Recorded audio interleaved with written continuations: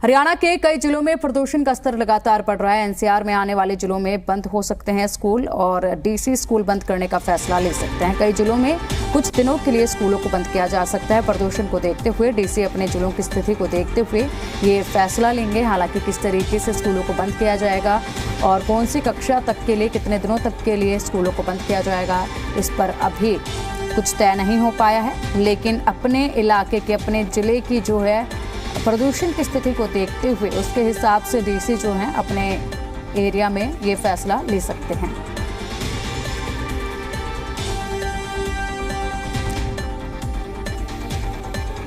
बता दें कि इससे पहले दिल्ली में प्राइमरी स्कूलों को 10 तारीख तक के लिए बंद किया गया है। प्रदूषण के बढ़ते हुए लेवल को देखते हुए उसके बाद अब हरियाणा में भी ऐसा ही कोई फैसला देखने को मिल सकता है, जब स्कूलों को बंद किया जा सकता है। और हो सकता है कि प्राइमरी स्कूलों को भी यहाँ पर कुछ दिनों के लिए बंद किया जाए, क्योंकि प्रदूषण का स्तर जो है वो लगातार बढ़ रहा है। और ऐसे में जो बच्चे हैं, जो बुजुर्ग हैं और जो सांस से संबंधित बीमारी से ग्रस्त लोग हैं, उनको काफ़ी बीमारियों का सामना करना पड़ रहा है। और ख़ास करके आंखों में जलन की शिकायत लेकर जो हैं तमाम लोग अस्पतालों में पहुंच रहे हैं। इसके अलावा जो है सांस लेने में भी लोगों को दिक्कतें आ रही हैं। और इसी के मद्देनज़र जैसे जैसे ये बीमारियां इस प्रदूषण की वजह से बढ़ रही हैं, उसकी वजह से ये बड़ा फैसला जो है हरियाणा में भी लिया जा सकता है कि कुछ समय के लिए, जब तक इस प्रदूषण पर कुछ नियंत्रण नहीं पाया जाता है, तब तक के लिए हो सकता है कि स्कूलों को कुछ वक्त के लिए बंद किया जा सके। और अधिक अपडेट के लिए हमारे संवाददाता विजय राणा हमारे साथ जुड़ गए हैं। विजय, देखिए स्कूल में अभी बच्चे जा रहे हैं, प्रदूषण लगातार बढ़ता हुआ जा रहा है और ऐसे में जो छोटे बच्चे हैं उनके लिए मास्क लगाना भी उतना ही मुश्किल होता है, क्योंकि उतना ध्यान वो अपना रख नहीं पाते हैं। तो ऐसे में उन बच्चों के लिए जो मुश्किलें हैं, आंखों में जलन होना, इस प्रदूषण की वजह से सांस लेने में दिक्कत आना, तमाम बीमारियां जो है इस प्रदूषण के चलते बढ़ रही हैं। तो ऐसे में स्कूल प्रशासन की तरफ से क्या कुछ कहा जा रहा है, अलग अलग स्कूलों की तरफ से क्या कुछ राय दी जा रही है?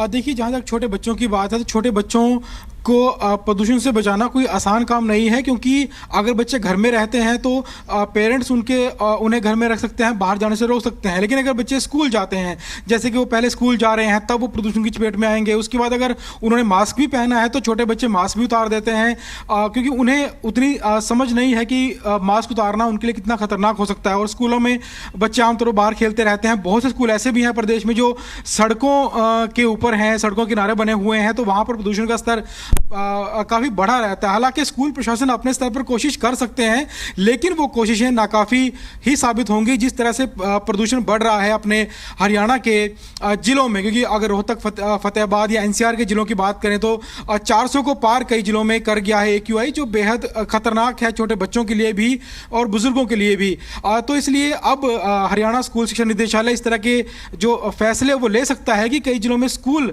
बंद कर दी जाए, क्योंकि स्कूल बंद करने के अलावा और कोई ऐसा रास्ता नहीं है जिससे बच्चों को प्रदूषण से बचाया जा सके। बच्चे घर से बाहर निकलेंगे तो प्रदूषण की चपेट में आएंगे। और इस समय हवा इतनी ज़्यादा खराब हो चुकी है कि अगर बच्चे उस हवा के संपर्क में आएंगे, उस हवा में सांस लेंगे, तो वो उनके लिए हानिकारक साबित हो सकता है और उन्हें अस्पताल जाना पड़ सकता है। और फिलहाल अगर प्रदेश के अस्पतालों की बात की जाए तो सभी अस्पतालों में दमा के, अस्थमा के, इस तरह के मरीज आ रहे हैं। छोटे बच्चे भी जो हैं उनको भी ज़रूरत पड़ रही है अस्पताल जाने की, जिस तरह से उनके हालात हैं। तो उन सभी हालातों को देखते हुए अब स्कूल शिक्षा विभाग हरियाणा ने यह फैसला किया है कि जिन जिलों में जो ज़्यादा हालात ख़राब हैं, AQI ज़्यादा ख़राब है, तो उन जिलों के स्कूलों को फ़िलहाल बंद कर दिया जाए। लेकिन सभी जिलों की जो स्थिति है वो एक जैसी नहीं है और इस वजह से जो डीसी हैं संबंधित जिलों के, उन डीसी को ये आदेश जारी किया गया है कि वो खुद निर्णय लें, वो अपने ज़िले का जो परिस्थिति है उसको देखें,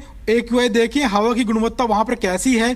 अगर हवा इतनी साफ़ है कि बच्चों को बुलाया जा सकता है तो बुलाएं, अन्यथा अगर हवा ज़्यादा ख़राब है तो उन जिलों में स्कूलों को बंद कर दिया जाए। और ये निर्णय डीसी के ऊपर छोड़ा गया है और उम्मीद है कि डीसी इस बारे में जो है आज शाम तक फैसला अपना भेज सकते हैं कि कौन से जिलों में स्कूल बंद किए जाएंगे, कौन से जिलों में बंद नहीं किए जाएंगे। इसके अलावा डीसी यह भी देखेंगे कि ज़िले में, क्योंकि शहरी इलाका भी होता है, ग्रामीण इलाका भी होता है, तो देखा ये जा रहा है कि शहरी इलाके हैं जहां पर ट्रैफिक ज़्यादा है या इंडस्ट्री है या पराली का धुआं ज़्यादा हवा के साथ आ रहा है, वहां पर प्रदूषण ज़्यादा होता है। अमूमन गांव जो ग्रामीण इलाके हैं, तो ये भी देखा जा सकता है कि शहरों में बंद कर किए जाएँ स्कूल कुछ दिनों के लिए और गाँव में शायद ना बंद किए जाएँ। तो फिलहाल डीसी आज शाम तक इसमें फैसला दे सकते हैं। जी ठीक है विजय। और देवेंद्र गुरुग्राम से हमारे साथ जुड़ गए हैं, उनसे भी अपडेट ले लेते हैं कि गुरुग्राम में इस वक्त किस तरीके के हालात बने हुए हैं। प्रदूषण को लेकर।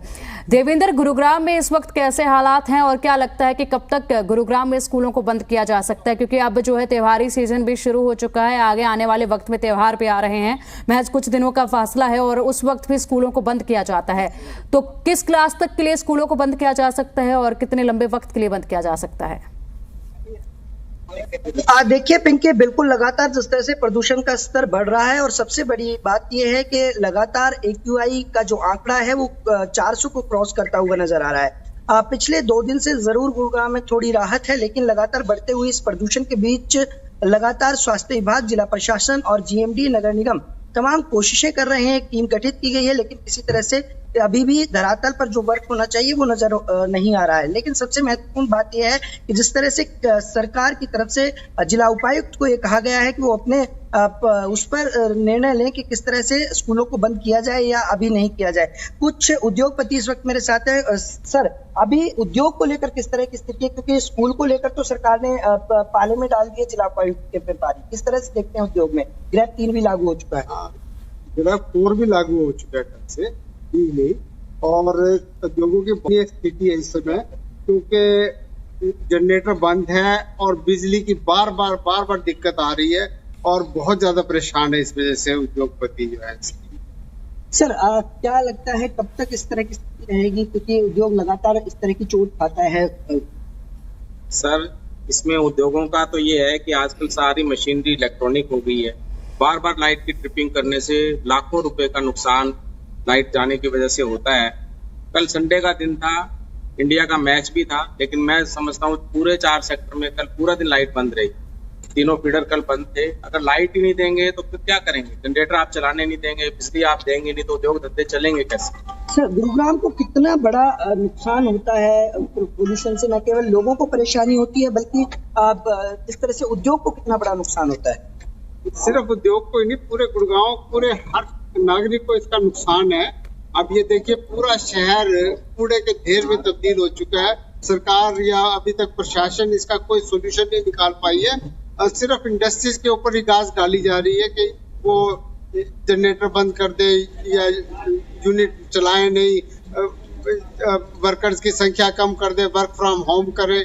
लेकिन सरकार को भी तो इस विषय पे ध्यान देना चाहिए। पूरे शहर में त्योहार का वैसे समय पूरा शहर कूड़े के ढेर में तब्दील हो चुका है। मतलब गुरुग्राम कहने की बजाय इसे कूड़ा ग्राम कहना लोग पसंद करने लगे हैं। देखिए पिंकी, बिल्कुल जिस तरह से स्थिति है, न केवल पोल्यूशन की बल्कि एक कूड़े की भी एक बड़ी समस्या है, जिसको लेकर कर रहे हैं। आप किस तरह से देखते हैं? स्कूलों की छुट्टी की जानी चाहिए अभी, किस तरह की? सर, बिल्कुल स्कूलों की छुट्टी दिवाली तक कर देनी चाहिए और दिवाली की इवन छठ पूजा तक कर देनी चाहिए, क्योंकि दिवाली के 10 दिन तक भी मेरे को लगता है ऐसा ही माहौल रहेगा। और सबसे बड़ी समस्या जो गुड़गांव की, आप भी देखते होंगे रोजाना जगह जगह कूड़े के ढेर पड़े हुए हैं। सफाई आज भी मशीनों की बजाय मैनुअल तरीके से होती है। डस्ट तो खुद ही उड़ाई जा रही है। जब डस्ट उड़ेगी तो पोल्यूशन कैसे कम होगा? सेकंड, मैं एक चीज और कहना चाहता हूँ कि हमारा जो गुड़गांव क्षेत्र है, हमने पूरा इसको कंक्रीट का जंगल बना दिया है। आज ठीक है देवेंद्र, एक बार फतेहाबाद का भी हाल जान लेते हैं। वहां से हमारे संवाददाता अजय मेहता हमारे साथ जुड़ गए हैं। अजय, क्या कुछ हालात हैं फतेहाबाद में? प्रदूषण की मार किस तरीके से झेल रहे हैं फतेहाबाद वासी, और क्या लगता है कि स्कूलों को वहां पर बंद किए जाने का फैसला कितना जरूरी है?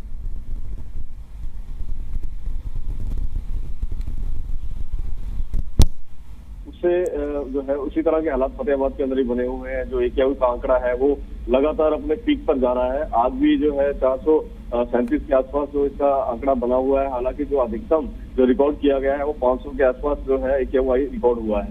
तो ऐसे में एक सहज अंदाजा लगाया जा सकता है कि फतेहाबाद किस प्रकार की यंत्रणा झेल रहा होगा। पूरा का पूरा इलाका अगर आप देखेंगे तो चारों तरफ धूल की चादर और धुएं की चादर है, क्योंकि फतेहाबाद में बड़े पैमाने पर जो है धान की खेती होती है और उसके बाद जो फसली अवशेष हैं, जिसे हम पराली कहते हैं, वो भी जलाया जाता है। उसके साथ ही पंजाब से सटा हुआ इलाका है और ऐसे में चारों तरफ से जो है धुआं यहाँ एक चैम्बर के रूप में, गैस चैम्बर के रूप में इकट्ठा हो रहा है और यहाँ हालात ऐसे हो जाते हैं शाम तक कि लोगों को सांस भी नहीं आती, बाहर निकलते हैं तो आंखों में से पानी, इरिटेशन होती है। तो कहीं ना कहीं लोगों के लिए स्थिति विकट है। जहां तक स्कूलों की बात है, स्कूलों के लिए, छोटे बच्चों के लिए तो और भी ज्यादा विकट स्थिति बनी हुई है, क्योंकि तमाम हॉस्पिटल्स के अंदर, चाहे प्राइवेट है चाहे गवर्नमेंट हॉस्पिटल्स हैं, तो बच्चों की और खासकर बच्चों की और बुजुर्गों के लिए वहां ओपीडी के अंदर भीड़ बढ़ती जा रही है। तो ऐसे में अगर बच्चों को थोड़ी राहत स्कूल की तरफ से मिलती है, अगर स्कूल बंद रहते हैं, तो निश्चित तौर पर एक बच्चों के लिए तो राहत होगी, लेकिन जो पॉल्यूशन का स्तर है